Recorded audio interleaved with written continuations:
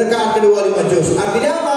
Semalam dia menghatamkan 10 juz, siang 10 juz, setiap hari 20 juz menghatamkan Quran di dalam sholat. Misalnya di Masjid Al-Ikhlas nih, datang Imam Masjidil Haram misalnya. Kira-kira orang sini senang nggak? Senang nggak? Senang banget.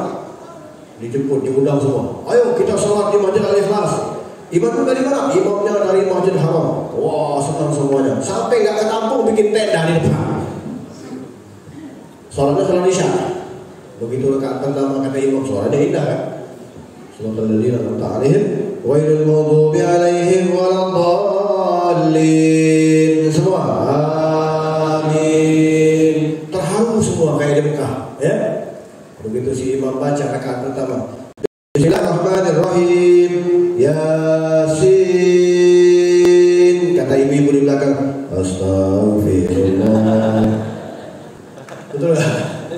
Rakaat kedua sampai ayat ghairil maghdubi 'alaihim waladdallin. Amin. Rakaat kedua imam baca Bismillahirrahmanirrahim, idza waqa'atil waqi'ah. Kata bapak-bapak, inna lillahi wa inna ilaihi raji'un.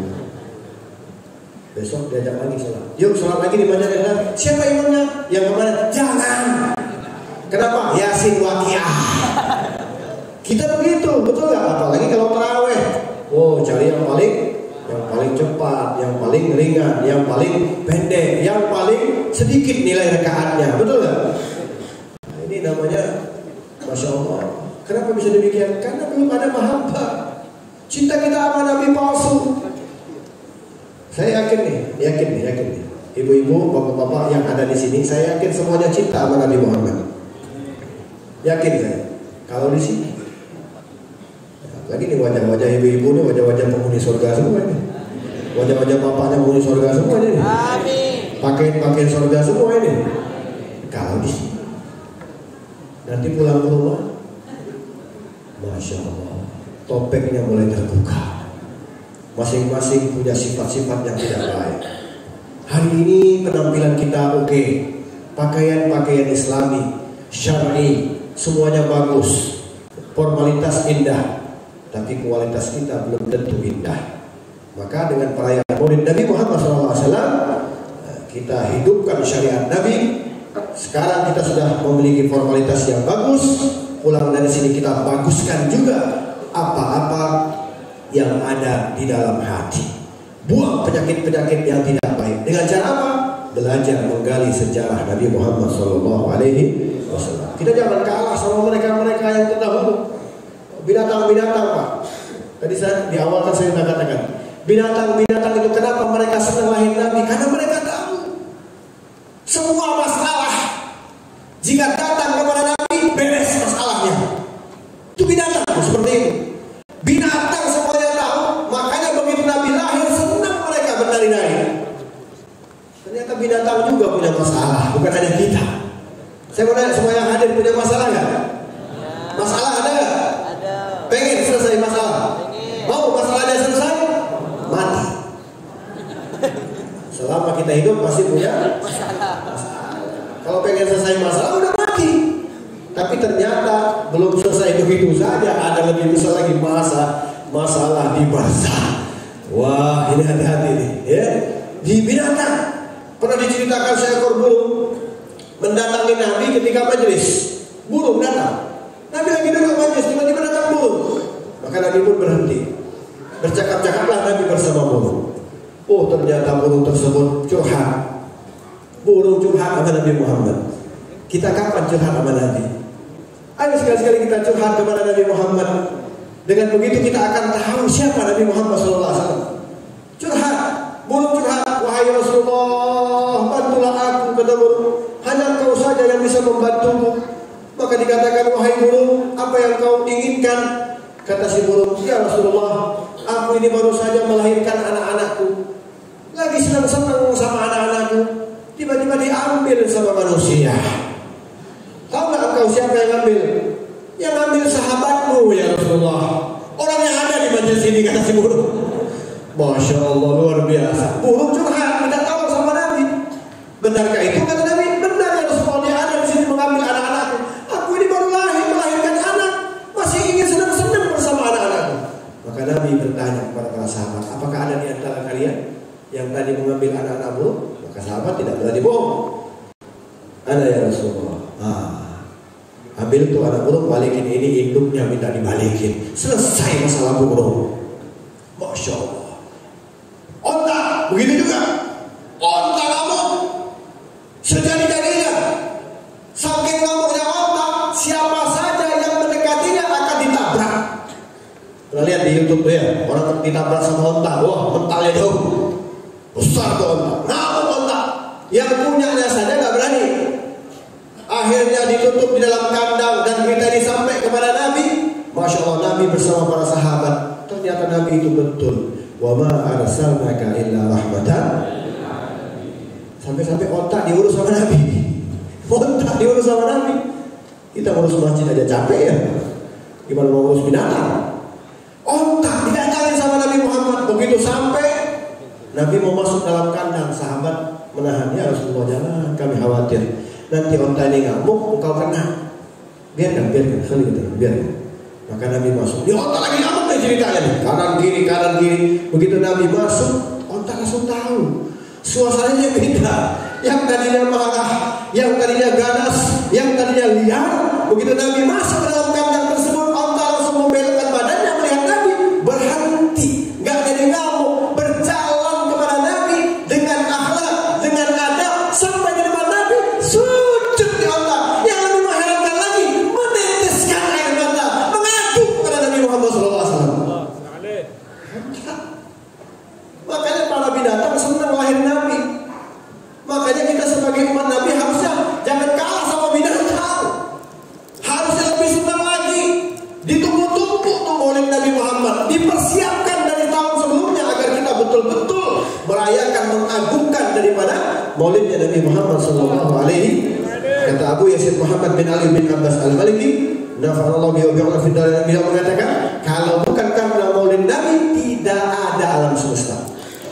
Kalau bukan karena maulid Nabi, tidak ada Fathu Makkah, tidak ada orang yang pakai kopiah, tidak ada orang yang pakai jilbab, tidak ada pesantren-pesantren, tidak ada umat Islam. Semuanya ini ada karena ada lahirnya maulid Nabi Muhammad sallallahu alaihi wasallam. Udah paham. Rusak, satu lagi, biar seru ceritanya ya, biar seru. Rusa ketika ditangkap sama pemburu, Masya Allah, luar biasa. Rusa pengen lari tapi nggak bisa, karena pemburunya ini hebat. Pas jalan, kebetulan berpapasan dengan Nabi, langsung senang di rusa, langsung bahagia di rusa. Akhirnya Nabi pun mau tidak mau bercakap-cakap dengan rusa tadi. Kata rusa, ya Rasulullah, bantulah aku. Kata Nabi, kau sudah menjadi pemilik pemburu, nggak boleh lagi keluar. Kau mesti paham ini golok dan benar ketentuan dari Allah. Pemburu mencari pemburuannya, mendapatkan engkau, halal hukumnya. Kenapa harus minta lari lagi? Tidak ya Rasulullah. Maksudnya begini, bantulah aku ya Rasulullah. Kenapa? Aku rela dengan keadaan ini. Kata rusa, aku rela dengan keadaan ini. Tapi aku minta tolong sekali aja. Maksudnya apa? Aku masih punya anak, masih hidup dengan anak-anak. Aku masih ingin menyusui mereka ya Rasulullah. Ini rusa mengatakan begitu. Aku ingin menyusui anak-anakku yang terakhir kali saja ya Rasulullah. Berikan kesempatan ini. Sayangnya seorang ibu rusa terhadap anak-anaknya. Apa jawaban Nabi? Kalau nanti aku lepaskan engkau, jaminannya apa? Kata Nabi. Jaminannya apa? Nabi bertanya kepada Musa ini, jaminannya apa? Apa jawaban rusa? Perhatikan jawaban rusa. Ya Rasulullah, engkau adalah utusan Allah.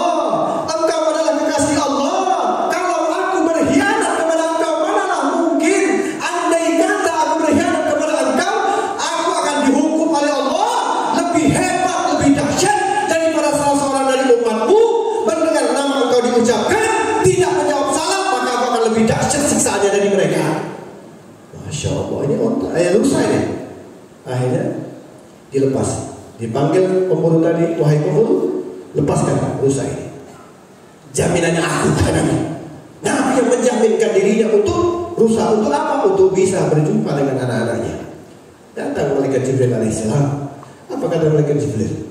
Ya Rasulullah, Allah berkirim salam kepada engkau. Kalimat indah, Kalimatnya sangat luar biasa. Kata Allah, ya Rasulullah, Allah akan mengembalikan umatmu nanti di hari kiamat. Allah akan menyayangi umatmu di hari kiamat melebihi daripada sayangnya seorang ibu rusa terhadap anaknya.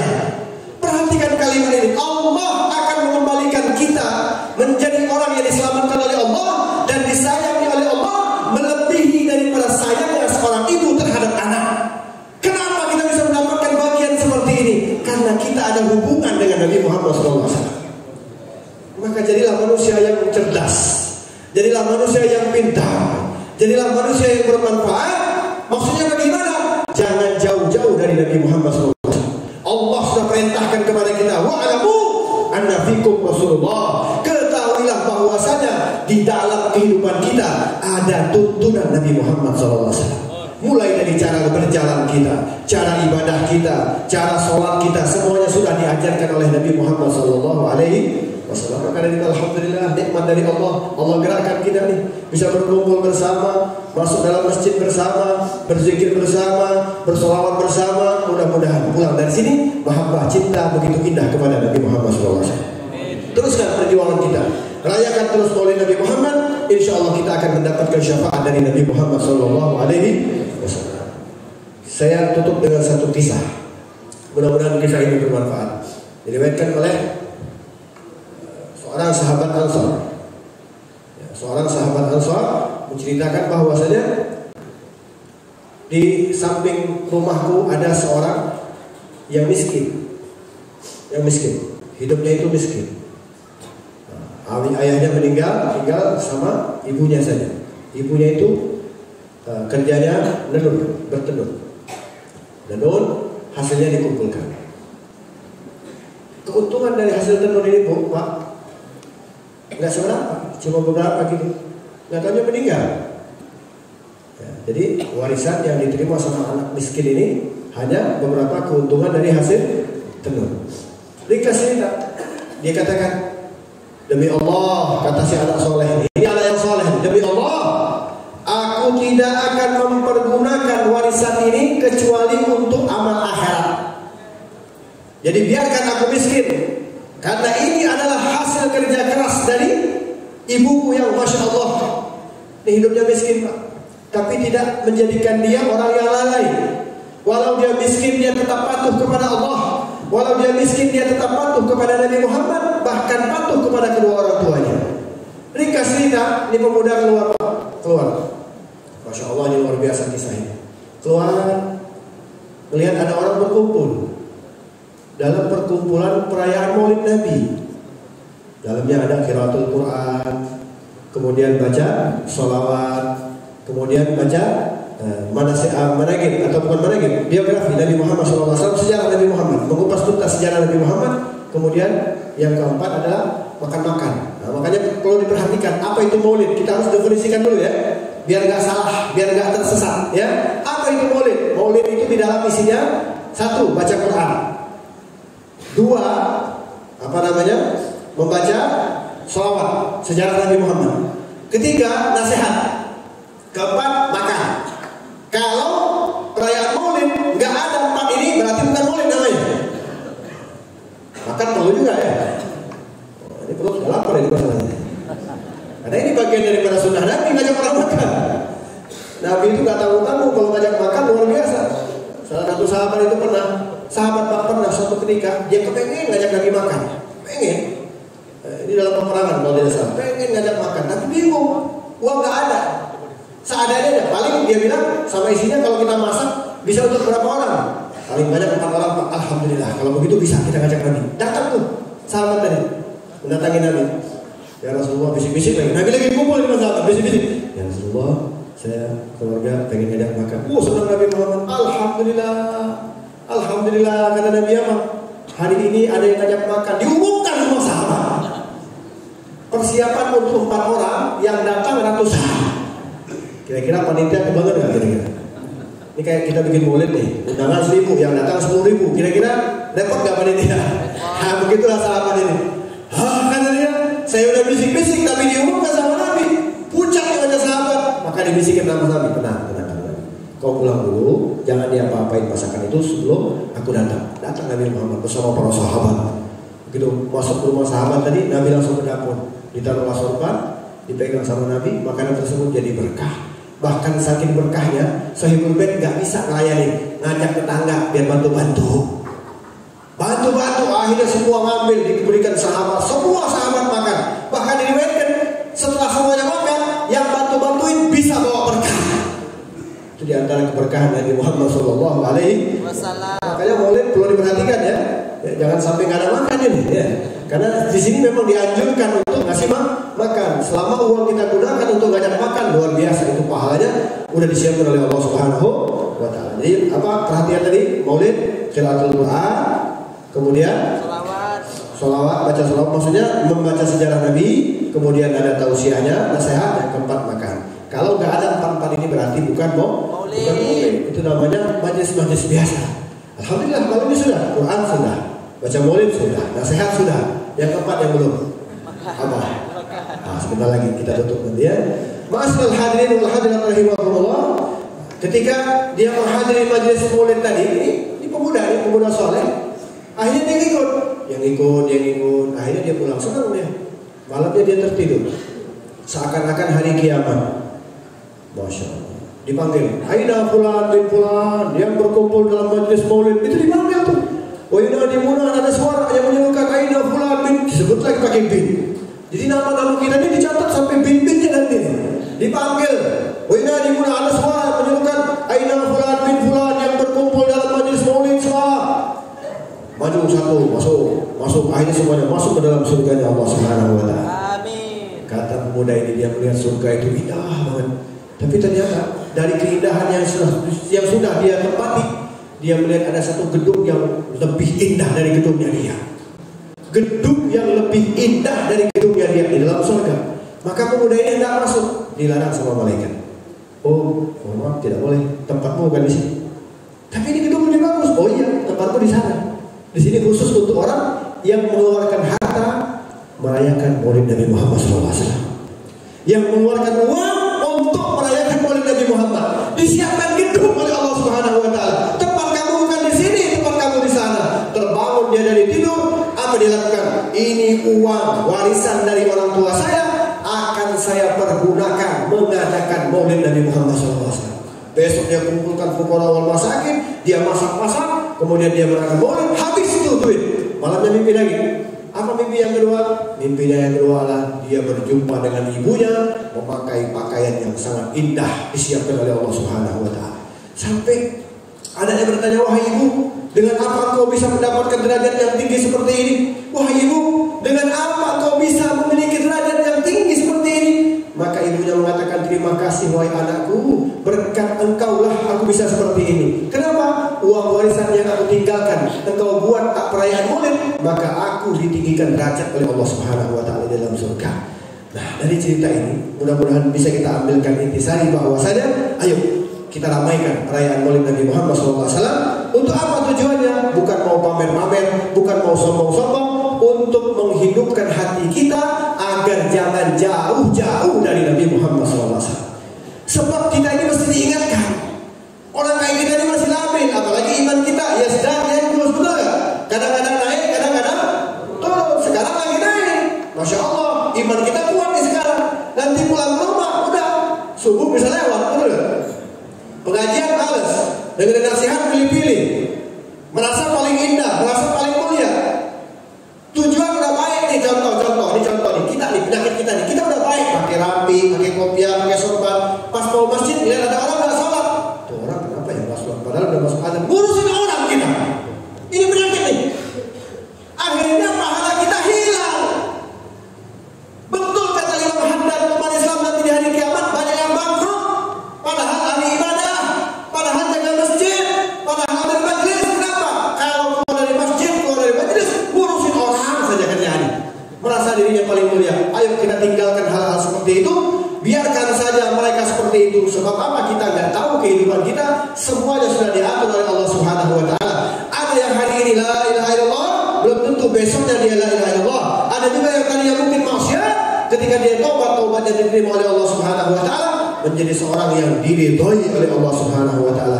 Jadi kunci kita berada di majelis ini adalah satu, menghidupkan hati ini agar terus tumbuh rasa cinta kepada Nabi Muhammad. Kalau sudah cinta kepada Nabi Muhammad, balasannya apa? Allah pasti akan ridho kepada kita. Mudah-mudahan Allah Ta'ala panjangkan umur kita, panjang umur dalam taat kepada Allah, panjang umur dalam taat kepada Rasulullah, dan kita berharap mudah-mudahan tidaklah kita keluar dari majelis ini segala dosa-dosa kita diampuni oleh Allah Subhanahu wa taala. Yang sakit disembuhkan oleh Allah, yang sempit dilapangkan oleh Allah, yang anaknya belum saleh menjadi anak yang saleh dan saleha, yang suaminya belum saleh menjadi suami saleh, yang istrinya belum salehah menjadi istri yang saleha, keluarganya menjadi keluarga yang sakinah, mawaddah, warahmah, meninggal dunia dalam keadaan baik-baik, meninggal dunia meninggalkan anak-anak yang saleh dan saleha, dan nanti di yaumil mahsyar kita minta kepada Allah dikumpulkan satu barisan dengan orang-orang yang baik-baik di bawah pimpinan manusia yang paling terbaik, Nabi kita Nabi besar Muhammad sallallahu alaihi wasallam, dikirim masuk ke dalam surga bersama Nabi Muhammad sallallahu alaihi wasallam. Ala hadin niyah wa ala kulli niyatin salihah wa ala ma nawaina aslafuna salihun wa ila hadratil habibil mustafa rasulillah sallallahu alaihi wasallam. Al-Fatihah.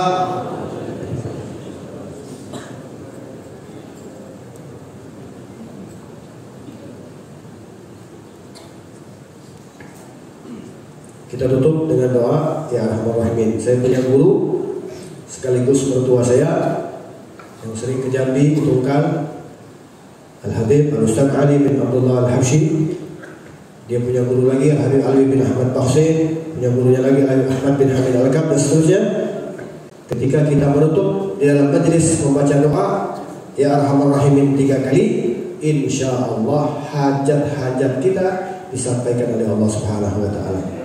Saya yakin kita datang banyak hajat, mudah-mudahan hajat-hajat kita disampaikan oleh Allah Subhanahu wa taala. Kita bareng-bareng baca 3 kali ya. Ya Arhamar Rahimin, ya Arhamar Rahimin, ya Arhamar Rahimin, faris 'alal muslimin, ya Arhamar Rahimin, ya Arhamar Rahimin, ya Arhamar Rahimin, faris 'alal muslimin, ya Arhamar Rahimin, ya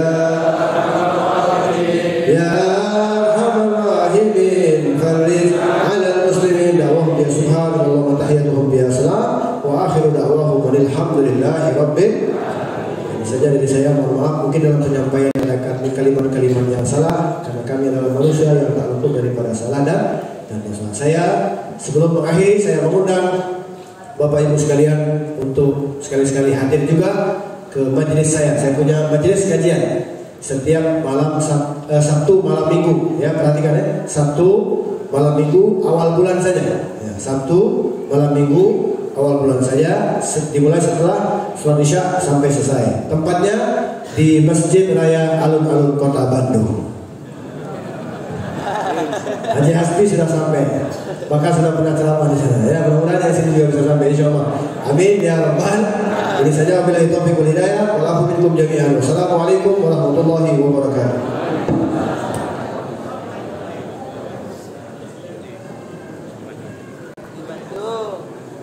Demikianlah tausiah yang telah disampaikan oleh Al-Habib Habib Naufal bin Alawi Al-Kab. Semoga apa yang telah disampaikannya tadi dapat kita amalkan di dalam kehidupan keseharian kita, terutama tanda rasa cinta kita kepada baginda sang Rasul Nabi besar Muhammad sallallahu alaihi wasallam. Amin amin ya rabbal alamin. Kita masuk di acara berikutnya, yakni pembacaan doa yang akan dipimpin oleh Ustaz Amin Lubari. Kepada Ustaz Amin Lubari.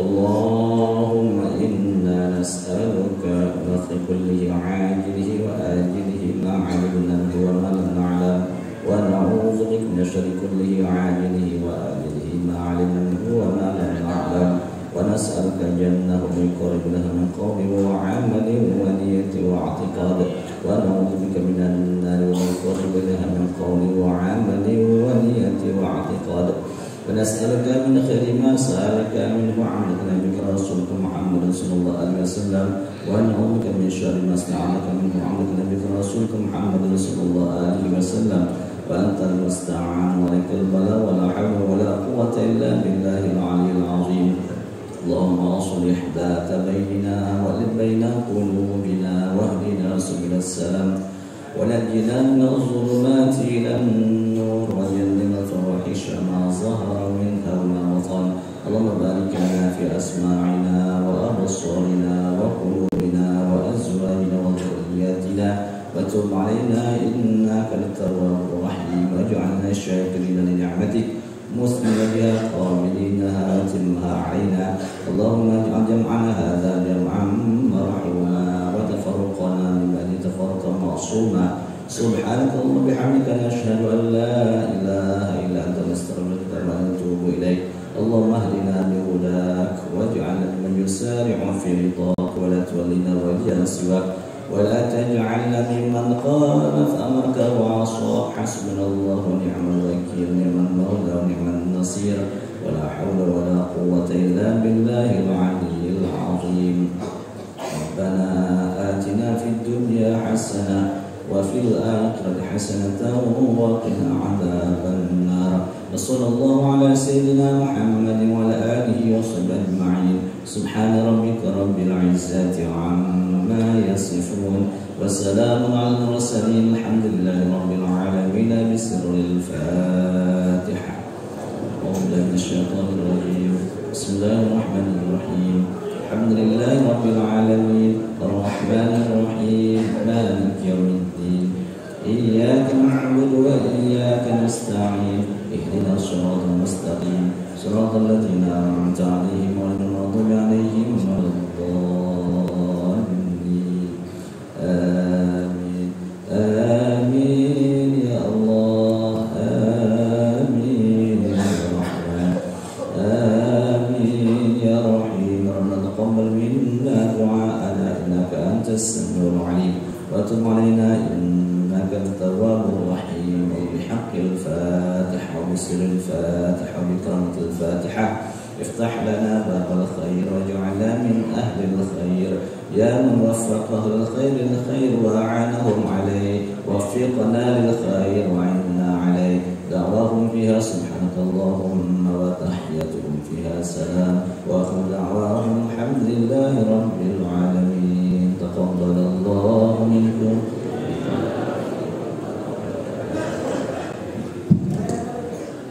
Dengan pembacaan doa tadi, maka berakhirlah acara kita pada malam hari ini. Saya selaku pembawa acara mohon maaf apabila ada salah dan khilaf kata. Kepada Allah saya mohon ampun. Saya akhiri dengan wabillahi taufiq wal hidayah. Wassalamualaikum warahmatullahi wabarakatuh. Dilanjutkan dengan ramah-ramah.